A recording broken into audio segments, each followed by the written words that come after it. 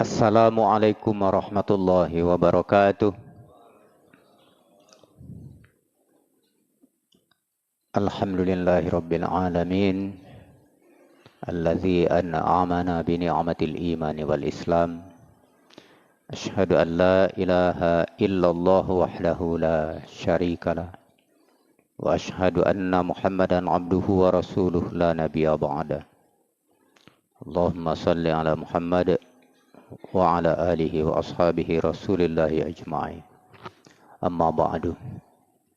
Bapak-bapak, ibu-ibu hadirin dan hadirat jamaah salat subuh Masjid Raya yang dimuliakan Allah. Pertama dan utama sekali, sama-sama kita aturkan puji beserta syukur kehadirat Allah Subhanahu wa taala yang telah melimpahkan rahmat, nikmat serta karunia-Nya kepada kita semua. Baik itu nikmat iman, Islam, nikmat sehat, sempat dan nikmat-nikmat lainnya. InsyaAllah dengan limpahan rahmat dan nikmat Allah itu semakin menjadikan kita orang-orang yang meningkatkan iman dan takwa kita kepada Allah. Semoga kita semakin dekat dengan Allah dan semoga doa dan permohonan kita dikabulkan oleh Allah Subhanahu wa taala. Salawat beriring salam tak henti-hentinya kita mohonkan pada Allah Subhanahu wa taala, kiranya disampaikan kepada arwah junjungan kita Nabi besar Muhammad sallallahu alaihi wasallam. Allahumma shalli ala Muhammad wa ala ali Muhammad. Bapak Ibu hadirin jamaah salat subuh yang dimuliakan Allah. Kita lihat suhu sekarang ini panas. Di luar rumah panas, dalam rumah panas, di kantor panas, dimanapun kita berada panas. Tapi yang lebih panas lagi suhu politik. Walaupun kita tidak bicara politik. Dan kelihatannya sekarang ini memang banyak orang yang menginginkan sesuatu, tapi menghalalkan segala cara. Apapun akan dia lakukan. Sepak sana, sepak sini, terjang sana, terjang sini, singkirkan sana, singkirkan sini. Semuanya dilakukan, yang penting tujuan tercapai. Dan bahkan ada yang tidak bisa dirubah. Yang penting tujuan tercapai. Itu sebenarnya orang yang memang mengutamakan kehidupan dunia. Ulama pernah berkata, hiduplah sesukamu tapi ingatlah kamu akan mati. Kita tidak bisa hidup sesuka kita, semau kita. Tapi kita ingat bahwa kita ini akan mati, semuanya akan mati. Sesuka kita, apapun akan kita lakukan. Tapi kalau orang yang tidak memperdulikan dia akan mati, dia menganggap hidup selama-lamanya, makanya apapun akan dia lakukan. Padahal semuanya akan mati. Hiduplah sesukamu, tapi ingat, kamu nanti akan mati. Cintai yang kamu suka, tapi pasti kamu nanti akan berpisah dengannya. Cinta dengan jabatan, nanti pasti berpisah dengan jabatan itu. Walaupun berbagai macam cara kita lakukan untuk mendapatkan, untuk menetapkan, untuk memperoleh jabatan itu, tapi nanti kita akan berpisah dengan jabatan itu. Cinta dengan jabatan. Tidak galak lepas lagi. Kalau masa Rasulullah, masa Khulafaur Rasyidin, orang dikasih jabatan itu musibah. Karena apa? Beratnya memikul amanah. Kalau sekarang apapun akan dilakukan, yang penting jabatan dapat. Padahal nanti itu akan berpisah dan tidak akan selamanya. Jabatan apapun yang kita pegang tidak akan selamanya. Nanti ada saatnya berganti dengan orang lain. Bukan jabatan saja, harta juga demikian. Sebanyak-banyak harta kita tumpuk, Nanti kita meninggal pindah ke ahli waris. Pindah ke tangan orang lain. Jabatan juga nanti akan berganti dengan orang lain. Karena di dunia ini semuanya akan berputar. Dan tidak mantap. Dan kita hidup di dunia ini hanya sementara. Maka boleh mencintai sesuatu, tapi harus ingat bahwa suatu saat kamu akan berpisah dengan yang kamu cintai. Berbuatlah sesukamu, tapi nanti pasti ada balasan. Silakan berbuat sesukamu, nanti Allah pasti akan memberikan balasan. Kenapa sekarang belum dibalas? Ya mungkin belum waktunya. Cepat atau lambat balasan Allah pasti akan datang. Kalau memang di dunia ini tidak datang balasan Allah, yakin dan percayalah bahwa di akhirat nanti balasan Allah tetap ada. Berbuatlah sesukamu, tapi nanti kamu pasti akan mendapatkan balasan. Bapak Ibu hadirin jamaah salat subuh yang dimuliakan Allah Subhanahu wa taala. Ada beberapa orang yang akan mendapat balasan, mendapat azab dan siksa dari Allah Subhanahu wa taala. Yang pertama adalah orang yang ingkar atau kufur nikmat. Nikmat Allah itu banyak, tapi dia ingkar. Dia kufur, tidak mau mensyukuri nikmat Allah. Padahal nikmat Allah sungguh banyak sekali. Orang ini nanti akan mendapat azab dari Allah Subhanahu wa taala.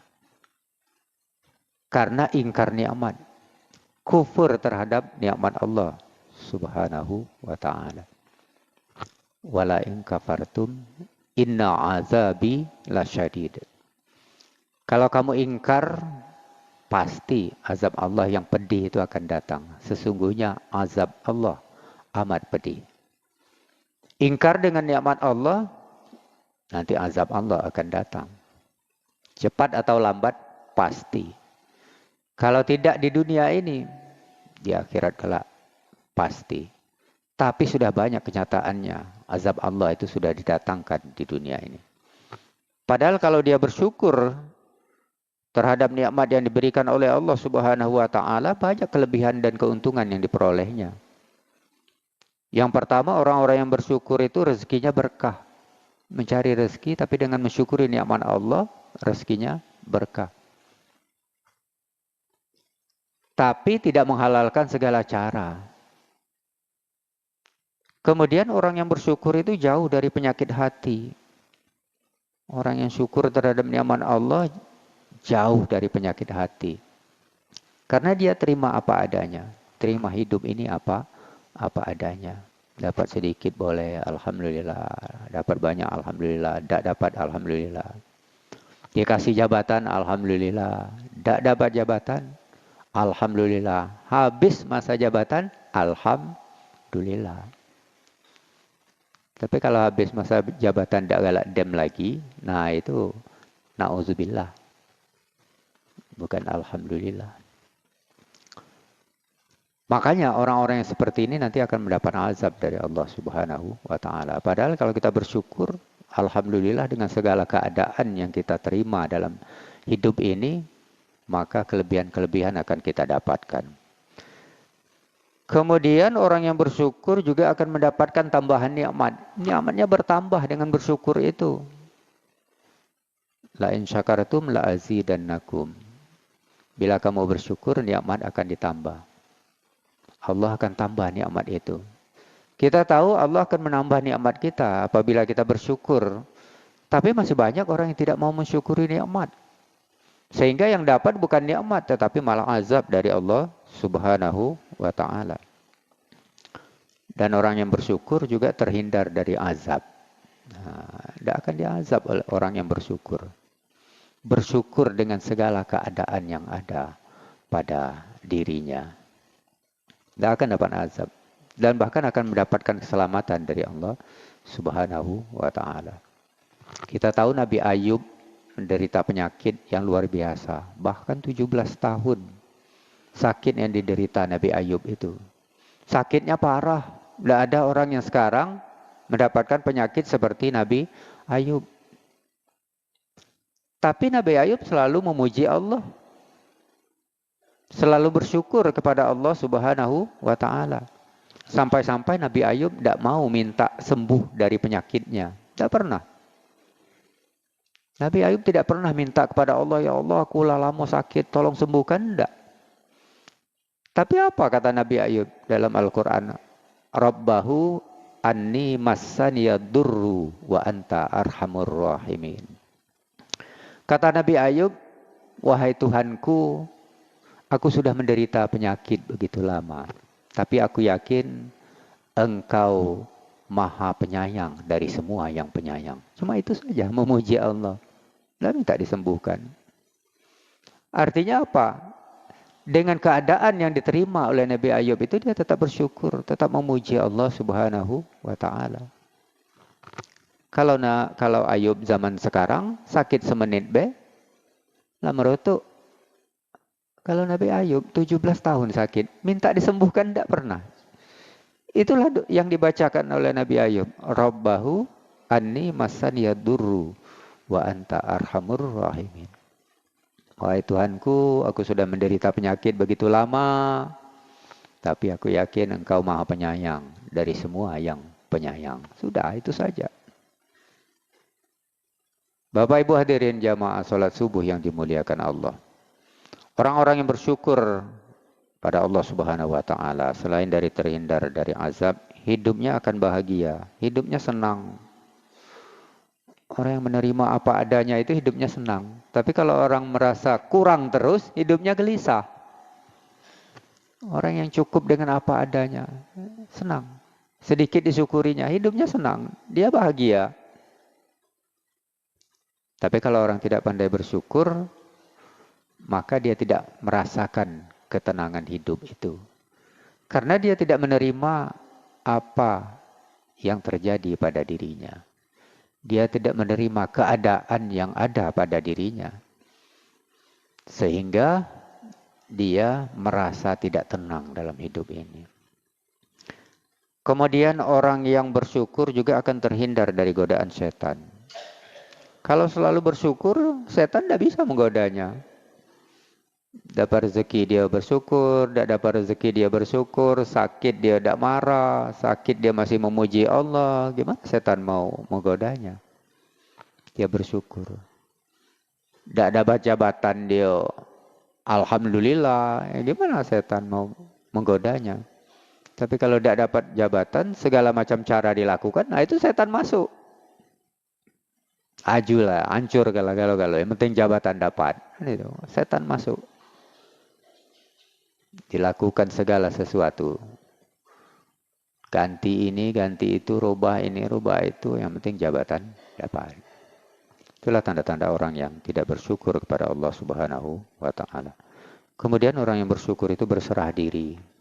Semuanya diserahkan kepada Allah Subhanahu wa Ta'ala. Itulah orang yang bersyukur. Bapak Ibu hadirin jamaah salat subuh yang dimuliakan Allah. Kemudian orang-orang yang bakal mendapat azab dari Allah Subhanahu wa Ta'ala, selain dari orang yang kufur nikmat atau ingkar nikmat, adalah orang yang terlalu cinta dunia. Terlalu cinta dunia silakan, tapi terlalu cinta dunia maka akan mendapat azab dari Allah Subhanahu wa Ta'ala. Apa saja akan dilakukan asal kebutuhan dunia tercapai. Padahal dunia hanya sementara. Dunia ini disebutkan dalam Al-Quran la'iba wa lahwa. Hanya permainan dan senda gurau. Jadi dunia ini permainan, senda gurau. Dan itu pun kita lakoni hanya sebentar. Paling-paling ya sekarang 60 tahun, 70 tahun, 80 tahun. Apakah itu lama? Wah itu sebentar sekali. Hitungan akhirat itu 1 jam atau 2 jam cuma. Kita hidup di dunia ini 60 tahun, 70 tahun, 80 tahun, 90 tahun. Itu hitungan di akhiratnya paling-paling 1 jam atau 2 jam. Berarti sangat sebentar di dunia ini. Tapi kalau orang yang terlalu cinta dunia, wah, menganggap itu nikmat yang luar biasa. Dan bahkan kehidupan yang sangat lama. Padahal itu hanya kehidupan sementara. Jadi dia akan melakukan apapun untuk mengejar dunianya. Padahal dunia ini hanya sementara. Orang yang terlalu cinta dunia, ya melupakan akhirat. Padahal akhirat adalah tujuan hidup kita yang terakhir. Kita lihat contohnya Qarun. Qarun itu dunia semua. Mencari harta untuk dunia, pangkat jabatan untuk dunia. Semuanya akan dia kumpulkan. Sehingga dia menganggap dirinya paling hebat. Menganggap dirinya lebih baik daripada yang lain.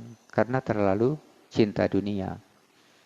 Makanya orang yang akan mendapat azab dari Allah Subhanahu wa taala itu selain dari orang yang cinta dunia, ya orang yang merasa lebih baik. Merasa lebih hebat sehingga dia sombong. Contohnya Qarun itu, harta banyak. Banyak nih hartanya. Saking banyaknya harta Qarun itu bertebaran di mana-mana.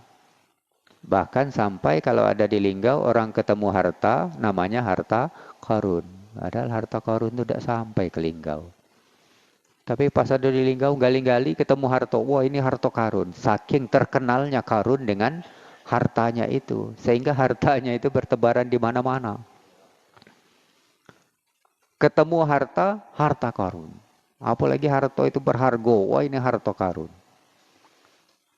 Memang Qarun pada masanya itu jaya sekali. Hartanya banyak, semuanya banyak. Harta banyak, kekayaan banyak, duit banyak, bini banyak, galau-galaunya banyak Qarun. Hebat Qarun. Bahkan dalam Al-Quran disebutkan fakharaja ala qaumihi fi zinati. Maka dengan kehebatan Qarun itu Qarun keluar di depan kaumnya, tampil di depan kaumnya dalam keadaan megah, mewah. Hebat sekali Qarun. Fakharaja ala qaumihi fi zinati.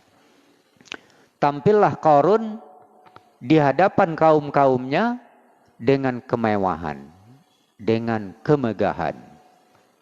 Fakharaja ala qaumihi fi zinati. Qala alladzina yuridunal hayatad dunya. Maka berkata orang-orang yang senang dengan kehidupan dunia, yang menginginkan kehidupan dunia. Apa kata orang yang menginginkan kehidupan dunia? Qala alladzina yuridunal hayatad dunya ya laitalana mislama utiya Qarun. Sangat beruntung seperti Qarun. Maka dia pengen seperti Qarun. Orang yang cinta dunia pengen seperti Qarun, pengen banyak harta, pengen jabatan tinggi, harta ada habis-habis. Tidak kati uang lain yang lebih banyak harta dari dia, jabatan tidak habis-habis. Itulah Qarun. Makanya orang yang cinta dunia berkata, wah enak seperti Qarun ini. Dia pengen seperti Qarun. Kenapa dia pengen seperti Qarun? Fa innahu lazu hazzin azim. Sesungguhnya seperti Qarun itu adalah keberuntungan yang besar. Innahu lazu hazzin azim. Itu kata siapa? Kata orang yang cinta dunia. Jadi kalau orang yang terlalu cinta dunia, ya dekatlah dengan Qarun. Temannya Qarun lah ya.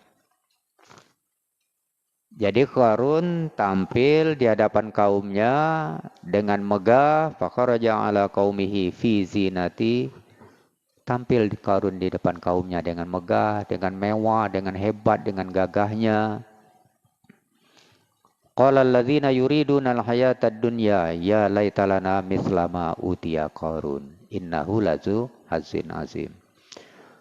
Maka saat itu berkata orang yang cinta dengan dunia enak seperti Qarun. Dia pengen seperti Qarun. Karena Qarun itu keberuntungan yang besar. Lain lagi perkataan orang yang berilmu. Wa qala alladzina utul ilma wailakum sawabullah khairul liman amana wa amila sholihah.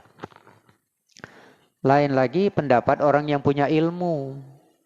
Menurut orang yang punya ilmu, seperti Qarun itu bukan keberuntungan yang besar, tapi malah kecelakaan. Karena di sisi Allah itu yang lebih baik orang yang beriman dan beramal soleh. Tapi bukan seperti Qarun. Wala yulaqqaha illa sabirun. Dan tidak diperoleh itu kecuali oleh orang-orang yang sabar. Tidak punya harta, sabar. Dikit harta, sabar. Tidak beruntung, sabar. Rugi, sabar. Tidak dapat jabatan, sabar. Itulah orang yang beruntung menurut orang-orang yang punya ilmu. Maka orang yang berilmu berkata seperti Qarun itu bukan keberuntungan tapi kecelakaan. Artinya banyak harta, jabatan banyak, tinggi, tidak lepas-lepas bukan keberuntungan. Tapi malah kecelakaan. Itu menurut orang yang punya ilmu. Tapi menurut orang yang cinta dunia, wah itu yang hebat. Menurut orang pun cinta ilmu, itu malah celaka. Wa qala alladzina utul ilma wailakum sawabullah khairul liman amana billah. Liman amana wa amila sholihah. Jadi menurut orang yang punya ilmu, Qarun itu celaka. Tapi yang selamat, yang hebat itu menurut orang yang punya ilmu itu adalah orang yang beriman dan beramal soleh. Wala yulaqqaha illa sabirun. Tidak didapat itu kecuali oleh orang-orang yang sabar. Lalu akhirnya apa yang terjadi pada Qarun? Fakhsafna bihi wa bidarihil ardo. Apa yang terjadi pada Qarun? Akhirnya Qarun beserta rumahnya, beserta hartanya dibenamkan Allah ke dalam perut bumi. Benarlah kata orang yang punya ilmu, Qarun itu sebenarnya celaka. Tapi bukan keberuntungan. Karena pada akhirnya Qarun beserta hartanya, beserta rumahnya dibenamkan Allah ke dalam perut bumi. Fakhsafna bihi wa bidarihil ardo. Lalu di saat itu tidak ada yang bisa menolongnya. Apakah orang yang sering diberinya jabatan bisa menolong? Enggak. Apakah orang yang sering diberinya harta bisa menolongnya? Tidak bisa. Tidak ada satupun yang bisa menolongnya di saat Allah membenamkan Qarun beserta hartanya ke dalam perut bumi. Karena serakah dengan harta, akhirnya dibenamkan Allah ke dalam perut bumi. Bukan Qarunnya saja, dengan harta-hartanya. Dan di saat itu tidak ada yang bisa menolong. Tidak ada yang bisa menolong. Apakah orang yang sering dikasih jabatan bisa menolong? Tidak bisa. Banyak orang yang dikasih jabatan. Tidak bisa menolongnya. Yang dikasih harta tidak bisa juga menolongnya. Itulah akhir dari hidup Qarun. Orang berkata, yang cinta dunia senang seperti Qarun, karena menurutnya beruntung, keberuntungan yang besar. Orang yang punya ilmu mengatakan Qarun celaka. Karena yang hebat itu bukan yang seperti Qarun, tapi yang beriman dan beramal soleh. Dan benar kata orang yang berilmu itu, pada akhirnya Qarun dibenamkan ke dalam perut bumi beserta harta-hartanya. Bapak Ibu hadirin jamaah salat subuh yang dimuliakan Allah Subhanahu wa taala.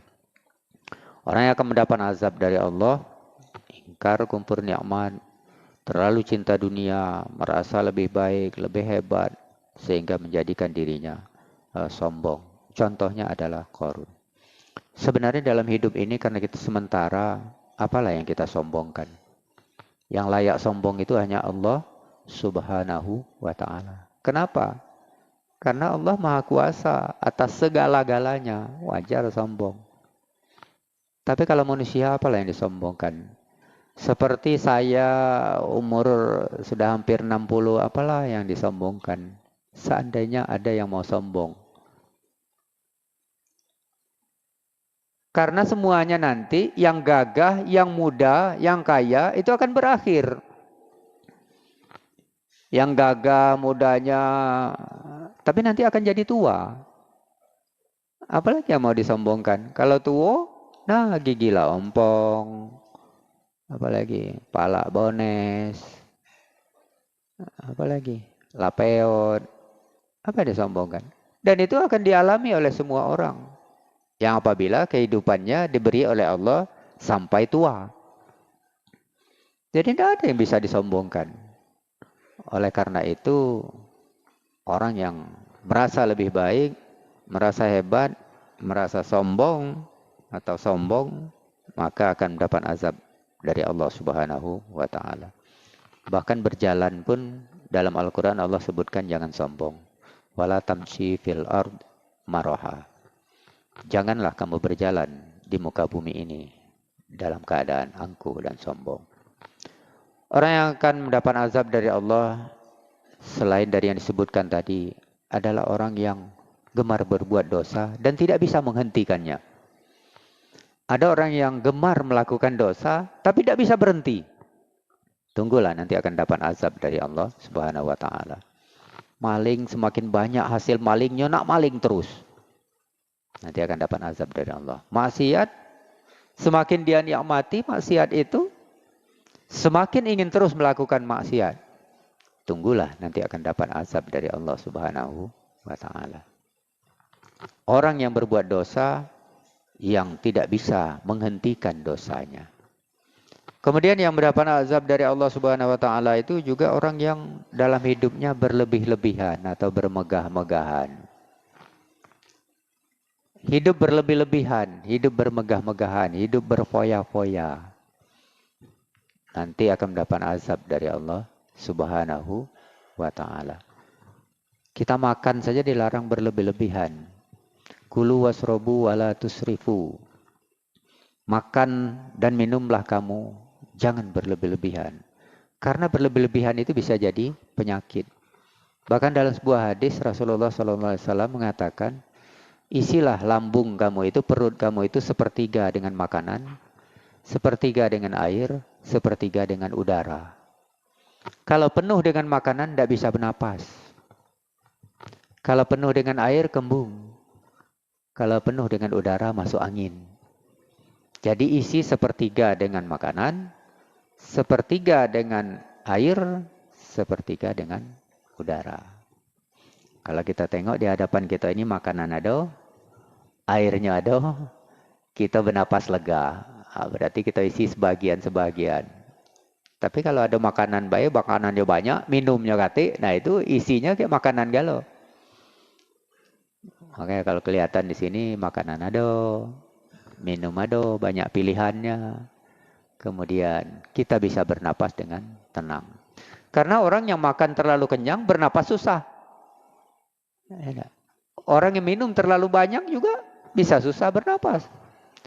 Karena perutnya dipenuhi dengan makanan dan minuman. Sehingga tidak bisa lagi bernapas. Kemudian orang yang akan mendapat azab dari Allah Subhanahu wa taala itu orang yang sering bermusuh-musuhan atau sering menghina. Sekarang di negara kita ini banyak sekali orang yang bermusuh-musuhan. Saling hina, jatuh menjatuhkan, caci mencaci. Banyak sekali. Tapi nanti akan mendapat azab dari Allah Subhanahu wa taala. Allah mengatakan dalam Al-Quran, Ya ayyuhalladzina amanu la yaskhar qawmun min qawm asa ayyakunu khairam minhum wala nisa'um min nisa'in asa ayyakunna khairam minhunna. Hai orang-orang yang beriman, janganlah sekelompok laki-laki menghina sekelompok laki-laki yang lain. Belum tentu yang dihina itu jelek. Bisa jadi yang dihina itu lebih baik daripada yang menghina. Wala nisa'um min nisa'in. Jangan sekelompok perempuan menghina sekelompok perempuan yang lain. Bisa jadi sekelompok perempuan yang dihina itu lebih baik daripada yang menghina. Orang yang suka menghina nanti akan mendapat azab dari Allah Subhanahu wa taala. Bapak Ibu hadirin jamaah salat subuh yang dimuliakan Allah. Banyak sebenarnya hal-hal yang bisa mendatangkan azab dan siksa dari Allah Subhanahu wa taala.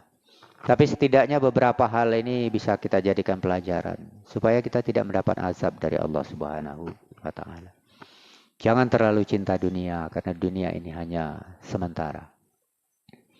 Jangan mengingkari atau kufur terhadap nikmat Allah. Kemudian kalau berbuat dosa berhentilah. Jangan memiliki perbuatan dosa yang tidak bisa dihentikan. Jangan berlebih-lebihan dalam hidup ini. Jangan bermegah-megahan dalam hidup ini. Ya cukup sedang-sedang saja. Kalau banyak, syukuri alhamdulillah. Tapi sebagian beri untuk orang yang berhak menerimanya. Kemudian jangan merasa lebih hebat. Jangan merasa lebih baik. Sehingga bisa menimbulkan rasa angkuh dan sombong dalam diri kita. Kemudian mari sama-sama kita meningkatkan iman dan takwa kita kepada Allah Subhanahu wa taala dan menghindari beberapa hal yang bisa menimbulkan azab dan siksa dari Allah Subhanahu wa taala. Semoga kita termasuk orang yang selamat. Bukan selamat di dunia saja, insya Allah selamat sampai akhirat kelak. Lebih dan kurang mohon maaf. Billahi taufik wal hidayah. Wassalamualaikum warahmatullahi wabarakatuh.